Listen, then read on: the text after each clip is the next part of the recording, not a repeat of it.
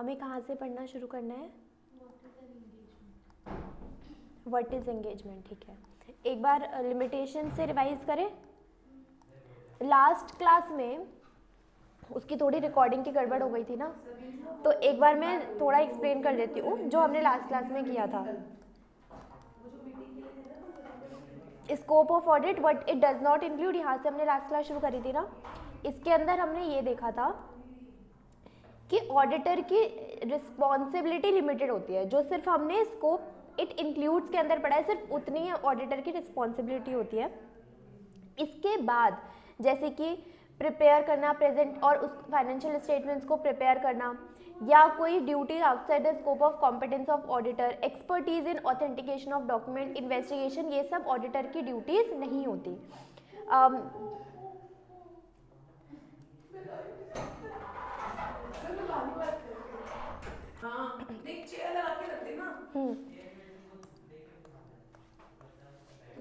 फिर हम पढ़ रहे थे लिमिटेशंस ऑफ ऑडिट, उसके अंदर हमने देखा नेचर ऑफ फाइनेंशियल रिपोर्टिंग। इसके अंदर हमने क्या देखा था कि ऑडिट जो है ना वो एब्सोल्यूट एश्योरेंस प्रोवाइड नहीं करता है, रीजनेबल एश्योरेंस प्रोवाइड करता है। 100% श्योरिटी नहीं होती कि वो करेक्ट है डाटा की नहीं है। फिर हमने ये देखा कि ऑडिटर जो इंटरनल ऑडिटर होते हैं उनके और जो अकाउंट्स के डिपार्टमेंट के लोग होते हैं उनके बीच भी किसी ना किसी बातों पे क्लैश हो सकता है, तो ये भी एक लिमिटेशन होती है ऑडिट की।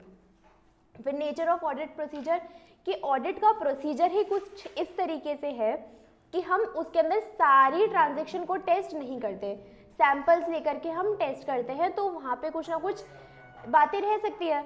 तो ये भी एक क्या हो गया हमारा limitation of audit. Not in nature of investigation, investigation क्योंकि ऑडिट के स्कोप में नहीं आता, ऑडिट के स्कोप में इन्वेस्टिगेशन नहीं आता कि जो ऑडिटर को जो डॉक्यूमेंट्स मिलते हैं ना वो उन्हीं के बेसिस पे जो अकाउंटिंग की गई है वो करेक्ट है या नहीं करेक्ट है वो चीज़ें देखता है। लेकिन अगर वो जो डॉक्यूमेंट्स है वो ऑथेंटिकेशन उसका कितना है, कितने करेक्ट है नहीं है, उसको इन्वेस्टिगेट करना ऑडिटर का काम नहीं होता। अगर ऑडिटर को लगता है कि कुछ भी उसमें छेड़छाड़ करी गई है, कुछ भी गलत डॉक्यूमेंट्स उसको दिखाए गए हैं, तो उसका काम है बस ऑडिट रिपोर्ट में लिख करके आना। फिर timeliness of financial reporting and decrease the relevance information over time, तो टाइम के साथ साथ जो हमारी रेलेवेंट इन्फॉर्मेशन होती है ना वो उसकी वैल्यू थोड़ी कम होती है, क्योंकि हम जो ऑडिट बनाते हैं, जो हम ऑडिट करते हैं फाइनेंशियल स्टेटमेंट, वो हिस्टोरिकल वैल्यूज़ का करते हैं, पास्ट वाली वैल्यूज़ का करते हैं। फिर उसके बाद ये वही फ्यूचर इवेंट्स और कंडीशन में अफेक्ट, जो अब जो आज हमने ऑडिट करा, अब आज के बाद जैसे नेक्स्ट फाइनेंशियल ईयर में जो इवेंट्स जिन चीज़ों की वजह से हमारे बिजनेस पे इफेक्ट पड़ने वाला है वो चीज़ें भी हम ऑडिट में नहीं बताते, तो ये भी एक लिमिटेशन हो गई ऑडिट की। Inherent limitations of audit, nature of financial reporting, nature of audit procedure, not in nature of investigation, timeliness reporting, future events. अब व्हाट इज एन एंगेजमेंट, ये इंपॉर्टेंट टॉपिक है। एंगेजमेंट क्या होता है?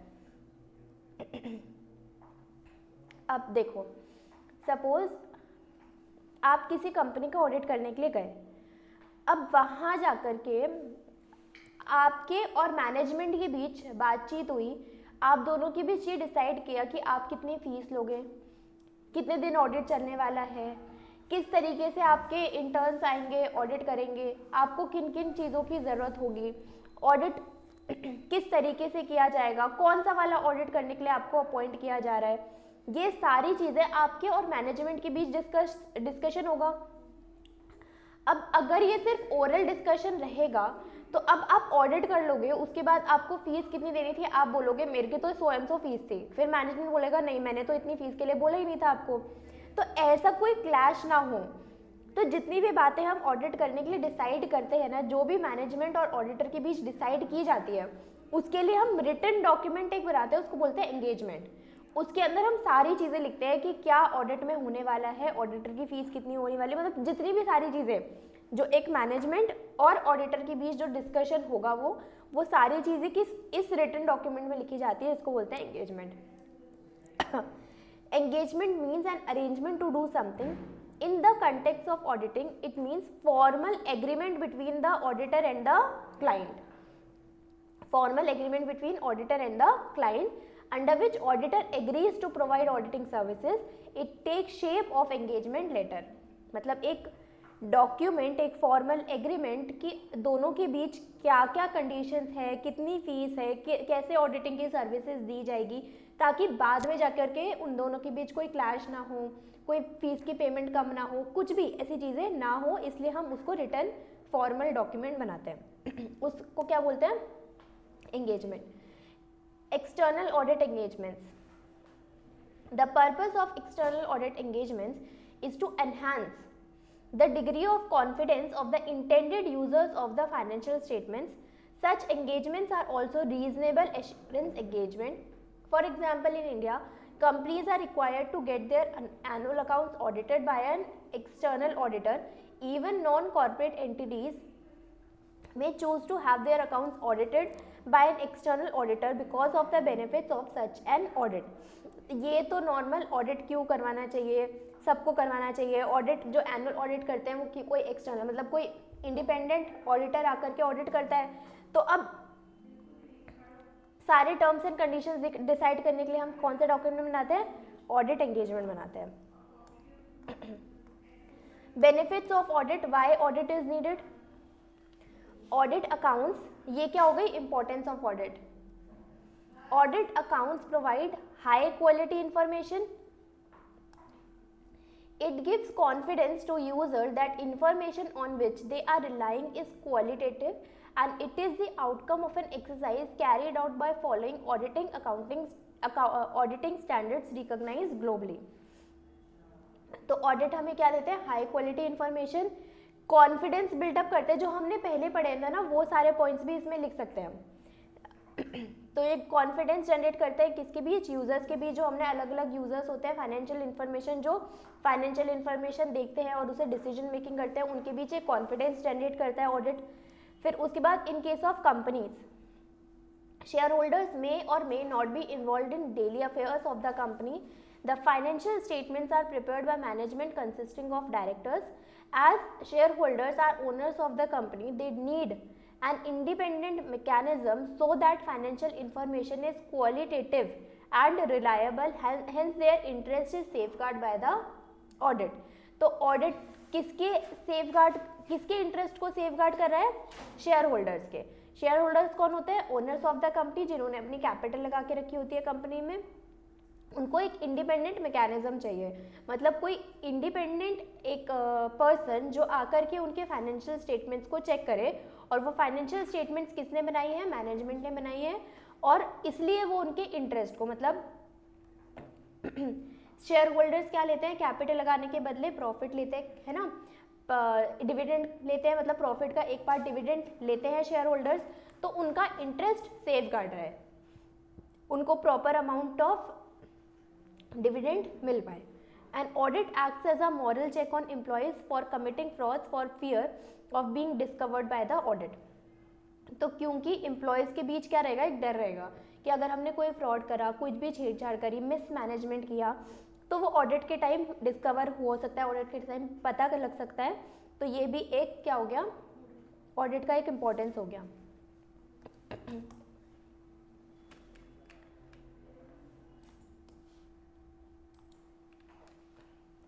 Audited financial statements are helpful to government authorities for determining tax liabilities. Audited financial statement can be relied upon lenders, bankers for making their credit decisions, that is, whether to lend or not to lend to a particular entity. Financial statements कौन देखते हैं? Financial institutions भी देखते हैं कि उस particular company को हम लोन दे सकते हैं कि नहीं दे सकते, वो हमें पे बैक कर पाएंगे नहीं कर पाएंगे. An audit may also detect fraud or error or both. An audit reviews existence and operations of various controls operating in any entity. Hence, it is useful at pointing out deficiencies. ये वही points है जो हमने पहले पढ़े थे. अब audit mandatory और voluntary. It is not necessary that audit is always legally mandatory. There are entities like companies who are compulsorily required to get their accounts audited under law. तो ऑडिट क्या होता है, मैंडेटरी नहीं होता सबके लिए, लेकिन अंडर लॉ मतलब कंपनीज एक्ट ने कुछ कंपनी के लिए ऑडिट करना कंपलसरी किया गया है. इवन नॉन कॉर्पोरेट एंटिटीज में be compulsory requiring audit of their accounts under tax laws. तो कुछ क्या होते हैं, कंपनीज एक्ट की वजह से उनको ऑडिट करवाना पड़ता है कंपलसरीली, कुछ टैक्स के लॉज की वजह से. For example in India every person is required to get accounts audited if turnover crosses certain threshold limit under income tax law. It is also possible that some entities like schools may be required to get their accounts audited for the purpose of obtaining grant or assistance from the government. अब यहाँ पर कुछ companies को तो turnover के basis पे अगर उनका टर्नओवर सर्टेन लिमिट से ज़्यादा हो जाता है तो उनको ऑडिट कंपल्सरीली करवाना पड़ेगा. अब सेकेंड पैराग्राफ में लिखा है कि फॉर एग्जाम्पल स्कूल्स, अब स्कूल का टर्नओवर चाहे कितना भी हो लेकिन स्टिल उनको अपने अकाउंट्स को ऑडिट करवाना पड़ेगा. अगर उनको गवर्नमेंट से कुछ ग्रांट या असिस्टेंस चाहिए, कुछ गवर्नमेंट से कुछ हेल्प चाहिए तो उनको अपने अकाउंट्स को ऑडिट करवाना पड़ेगा. Auditor is not always mandatory. Many entities may gate their accounts audited voluntarily because of benefits from the process of audit. Many such concerns have their internal rules requiring audit due to advantages flowing from an audit. तो audit क्या होता है, mandatory नहीं होता. Many entities may get their account audited voluntarily because of the benefit of process of audit. क्या इस line का क्या मतलब हो गया कि ऐसा भी हो सकता है कि जैसे आपकी कंपनी है, अब उस कंपनी का ना ही टर्नओवर क्रॉस कर रहा है, ना ही आपको कुछ लोन चाहिए या कुछ भी, किसी भी रीज़न की वजह से आपको अपनी कंपनी का फाइनेंशियल ऑडिट नहीं करवाना मैंडेटरीली, बट आप वॉलंटरीली मतलब आप चाहो तो करवा सकते हो क्योंकि ऑडिट करवाने के बहुत सारे बेनिफिट्स होते हैं. ठीक है. Many such concern have their internal rules requiring audit due to advantages flowing from audit. तो ऐसे बहुत सारे कंसर्न, ऐसे बहुत सारी एंटिटीज हैं कि जो फॉल भी नहीं करती ऑडिट में बट स्टिल ऑडिट करवाती है क्योंकि उससे एडवांटेजेस हमको मिलते हैं.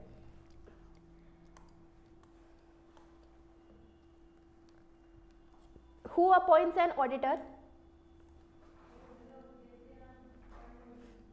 Who appoints an auditor? Generally, an auditor is appointed by owners or in some cases by constitutional or government authorities in accordance with applicable laws and regulations. For example, in case of companies, auditor is appointed by members, shareholder in AGM. Shareholders are owners of the company and auditor is appointed by AGM. अब तो आपको AGM का अच्छे से मतलब समझ में आता होगा, है ना, हमने इतना डिटेल में हमने लॉ में पढ़ा है AGM. However, in case government companies in India, auditor is appointed by Comptroller Auditor General of India, an independent constitutional authority. तो कंपनीज के केस में कौन अपॉइंट करता है ऑडिटर को? शेयर होल्डर्स, मेंबर्स अपॉइंट करते हैं AGM में. और गवर्नमेंट कंपनी के केस में CAG, controller auditor general of India, वो एक कॉन्स्टिट्यूशनल इंडिपेंडेंट कॉन्स्टिट्यूशनल अथॉरिटी है.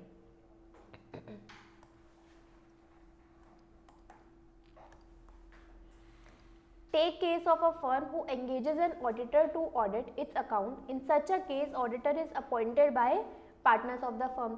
अगर कंपनी नहीं है, यहाँ पे तो कंपनीज का बताया गया कि अगर बाकी कंपनीज और गवर्नमेंट कंपनीज कैसे कैसे अपने ऑडिटर को अपॉइंट करेगी. अगर कंपनी नहीं है हमारे पास क्या है, पार्टनरशिप फर्म है. हमारे पास पार्टनरशिप फर्म है और उसका हमें ऑडिट करवाना है, तो ऑडिटर को कौन अपॉइंट करेगा? पार्टनर्स अपॉइंट करेंगे. There may be situation in which auditor may be appointed by government authority in accordance with some law or regulation. For example, an auditor may be appointed under tax laws by the government authority. ऐसा भी हो सकता है किसी companies में या किसी भी एंटिटी में, पार्टनरशिप फर्म में या सोल प्रोप्राइटरशिप बिजनेस में भी, किसी में भी किसी लॉ के चलते कि गवर्नमेंट ने बोला कि मैं अपॉइंट करूंगा ऑडिटर आपके फर्म के लिए. ठीक है. To whom report is submitted by an auditor. The outcome of an audit is a return audit report. Last में जब ऑडिट कंप्लीट हो जाता है तो ऑडिटर क्या बना करके देता है? Audit report. उसके अंदर अपने सारे ओपिनियंस लिखता है. The report is submitted to the person making the appointment. तो जो ऑडिटर को अपॉइंट कर रहा है उसको वो रिपोर्ट हैंड ओवर की जाएगी. तो कंपनी के केस में कौन? मेंबर्स हो गया. गवर्नमेंट कंपनी के केस में CAG हो गया. और पार्टनरशिप फर्म के केस में पार्टनर्स हो गए. In case of companies, these are shareholders. In case of firm, two partners who have engaged him. We shall now discuss understanding reach so far from a case study. तो case study पढ़ते हैं। Rohit, Gurpreet, Ali and Goreti are friends since their childhood days, since their school days based in Mumbai. They have cleared CA foundation exam in the same attempt and now plan to appear in CA intermediate exams. All of them are avid news listeners and regularly keep track of business news even on social media. They are trying to understand new subjects including auditing. Rohit, Gurpreet and Ali have also started attending live coaching classes being conducted by both studies of ICAI. Goreti has not been able to join live coaching classes yet as she was away on a holiday with her parents. However, she plans to catch it up with her friends very soon. Ali has also joined the classes but he had skipped some lectures. During one informal get-together, their discussion centered around new subject of auditing. They discussed many things regarding its nature, scope, benefits and other general practical issues. Goreti was regular in keeping track of audited results of companies being published in leading newspapers. Her view was that audited financial statements of company give 100% guarantee to different stakeholders. It is main reason behind so much reliance upon auditing. But she could not understand why wrongdoings in financial matters are being discovered after so many years are gone. Ali has concurred with her view and added that when financial statements are audited, each and every transaction appear in the books is verified. However, he could not give clarity to Goreti. तो ये दोनों बच्चे गलत बोल रहे हैं, है ना। उसने बोला कि क्या एब्सोल्यूट 100% गारंटी होती है, जो कि नहीं होती, और अली ने क्या बोला कि ईच एंड एवरी ट्रांजैक्शन, वो भी नहीं होता। Gurpreet was of the opinion that audited was conducted on the basis of sample checking, तो इसने करेक्ट बोला। He was also of the view that audited financial statements are not a guarantee against probable wrongdoings in financial matters of the company. Not to be left behind, Rohit also jumped in fray. He supported Gurpreet and also added something on his own. ऐसी था बेकार। अब ये questions करो।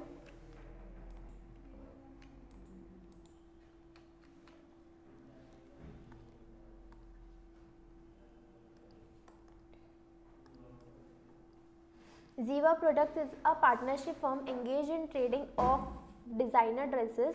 The firm has appointed JJ and Company Chartered Accountants to audit their accounts for a year. The auditor were satisfied with control system of firm, carried out required procedures and necessary verification.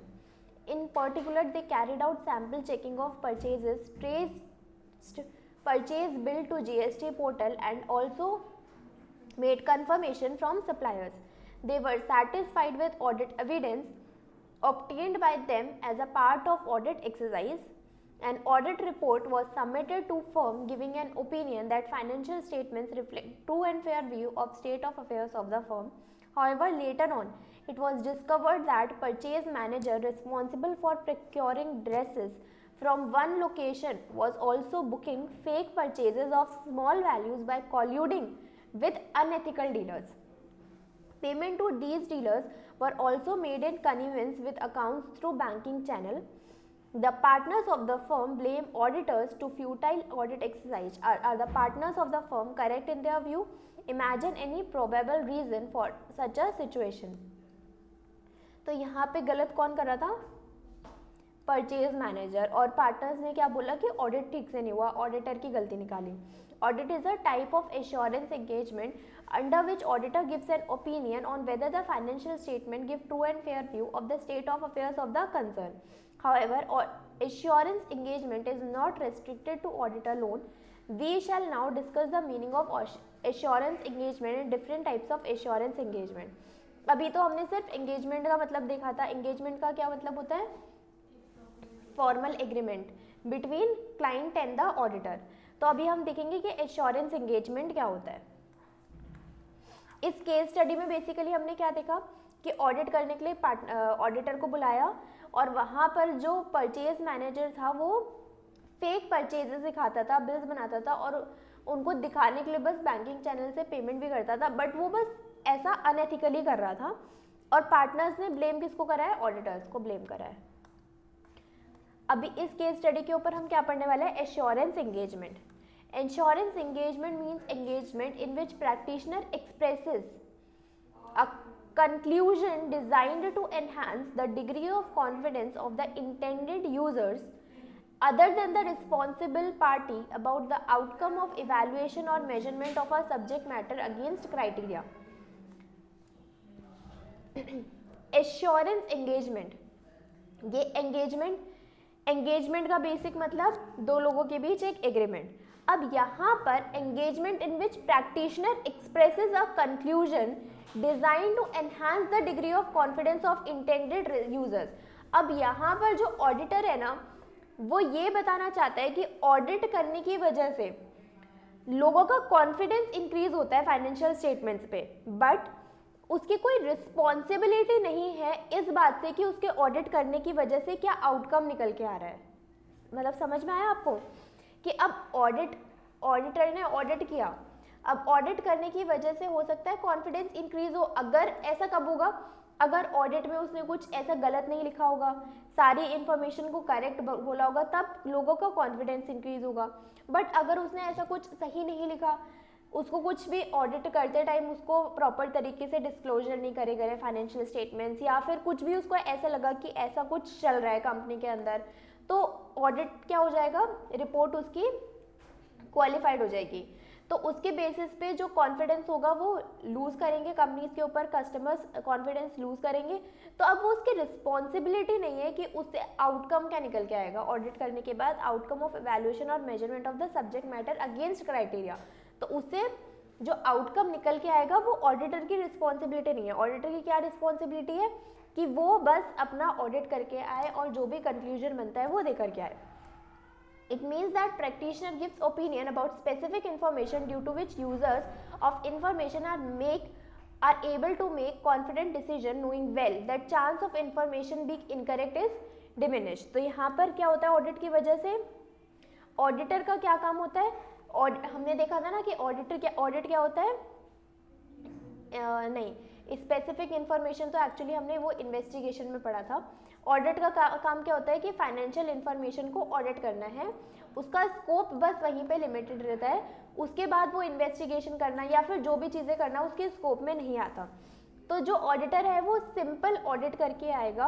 अब उसकी वजह से impact क्या पड़ता है उस company का market के ऊपर, वो उसका रिस्पॉन्सिबिलिटी नहीं होती।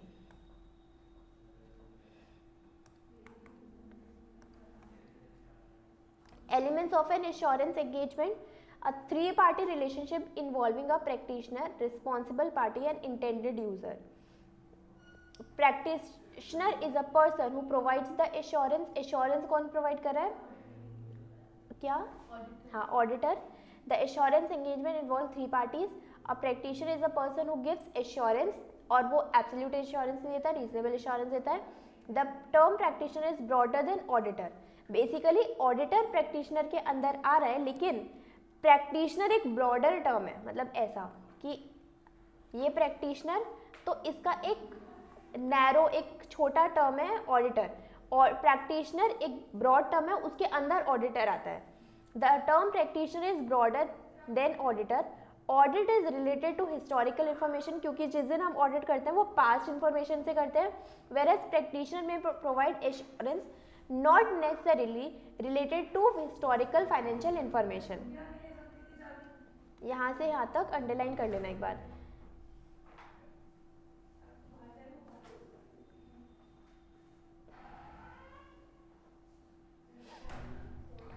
अब जो प्रैक्टिशनर होगा, प्रैक्टिशनर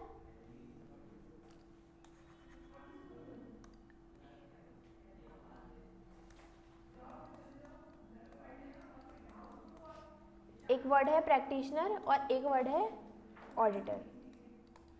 ऑडिटर की जो रिस्पॉन्सिबिलिटी है वो प्रैक्टिशनर के अंडर आती है, लेकिन प्रैक्टिशनर की रिस्पॉन्सिबिलिटी क्या हो सकती है? और ज़्यादा हो सकती है। ब्रॉड हो सकती है। प्रैक्टिशनर की रिस्पॉन्सिबिलिटी हिस्टोरिकल फाइनेंशियल इंफॉर्मेशन से हो सकता है रिलेटेड ना हो, और ऑडिटर की जो रिस्पॉन्सिबिलिटी होती है वो हिस्टोरिकल इंफॉर्मेशन से रिलेटेड होती है। A responsible party is a party responsible for preparation of subject matter. जो रिस्पॉन्सिबल पार्टी कौन है? जो फाइनेंशियल इंफॉर्मेशन बना रही है, जिसका ऑडिट किया जा रहा है। ठीक, इंटेंडेड यूजर्स कौन है? जो उस रिपोर्ट को देखते हैं, समझते हैं और उसके बेसिस पे डिसीजंस लेते हैं। तो यहाँ पर प्रैक्टिशनर के अंदर कौन आ गया? Auditor.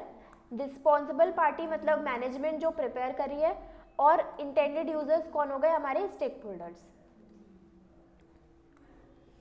appropriate subject matter, it refers to a information to be examined by the practitioner, for example financial information contained in financial statements while conducting an audit financial statement। तो subject matter क्या है यहाँ पे? हमारे financial information जिसका audit करना है हमको। financial information क्या है? subject matter है हमारा। suitable criteria, these refer to the benchmark used to evaluate the subject matter like standards, guidance, laws, rules, regulation. तो सूटेबल क्राइटेरिया क्या है कि मतलब किस क्राइटेरिया के बेसिस पे ऑडिट किया जाता है, इन सब को ध्यान में रखते हुए स्टैंडर्ड्स, जो भी हमारे ऑडिटिंग स्टैंडर्ड्स हैं, जो भी हमारे रूल्स, रेगुलेशंस और ये सब, ठीक है।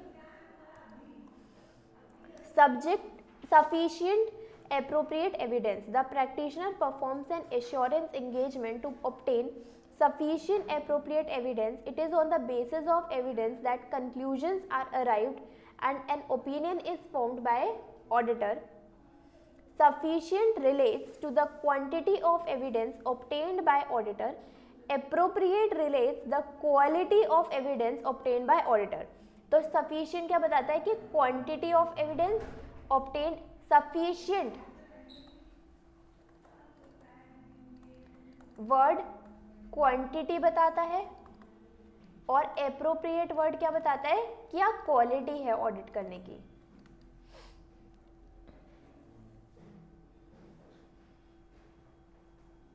One evidence may be providing more comfort to the auditor than the other evidence. The evidence providing more comfort is qualitative and therefore appropriate. Evidence should be both sufficient and appropriate. ये underline कर लेना, underline. Evidence should be both sufficient and appropriate. Evidence audit में पहली बात तो evidence का क्या मतलब होता है? वो वाउचर्स, बिल्स, ये सब हमारे एविडेंस होते हैं।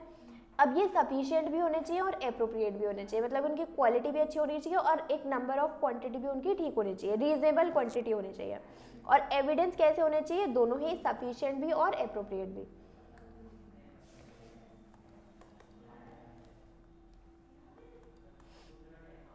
A written assurance report in appropriate form.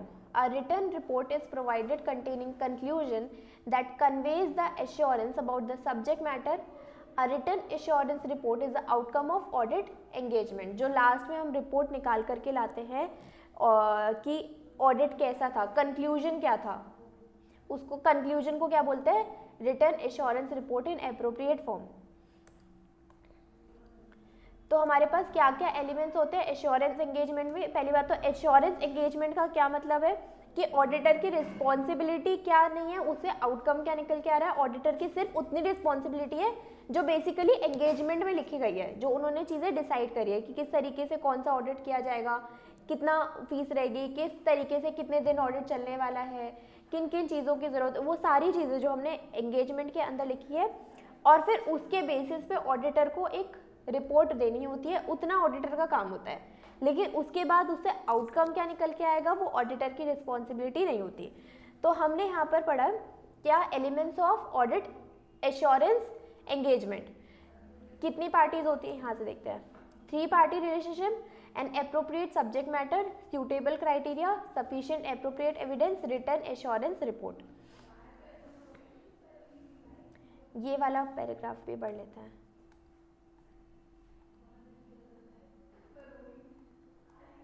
अभी तो है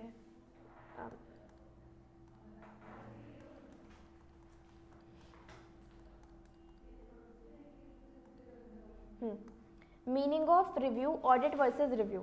we have learn that audit is reasonable assurance engagement. It provides reasonable assurance.